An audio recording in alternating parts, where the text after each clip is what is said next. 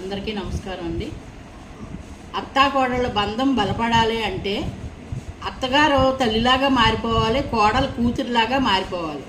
బయట నుంచి వచ్చిన వాళ్ళే కానీ బయట నుంచి వచ్చినప్పుడు ఎలా ఉన్నారో ఇప్పుడు ఇక్కడికి వచ్చిన తర్వాత వీళ్ళ మాట తీరు, కలుపుగోలుతనం, వీళ్ళ ప్రవర్తన వీటిని పెట్టి ఒకళ్ళనొకళ్ళ అనుబంధాలు బాగా పెంచుకోవాలి. ఎప్పుడూ ఉండేది ఇక్కడే కనుక అత్తాకోడళ్ళు ఇద్దరు తల్లి పిల్లల్లాగా ఉండాలి. ఏమన్నా చిన్న చిన్న లోపాలు ఉంటే కూర్చుని మాట్లాడుకునేలా ఉండాలి తప్ప మనసు నొప్పించుకుని మాట్లాడుకునేలాగా ఉండకూడదు. నొప్పించుకుంటే పెరుగుతుంది గొడవ, తగ్గించుకుని కూర్చుని మాట్లాడుకుంటే తగ్గిపోద్ది.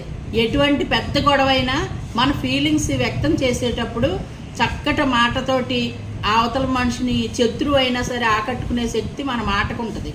ఆ మాట తీరులోనూ మన కనుచూపు తీరులోనూ కూడా మంచిగా మారిపోతారు. ఎటువంటి వాళ్ళైనా కోడలు అత్తకే మారుతుంది, అత్త కోడలకే మారుతుంది.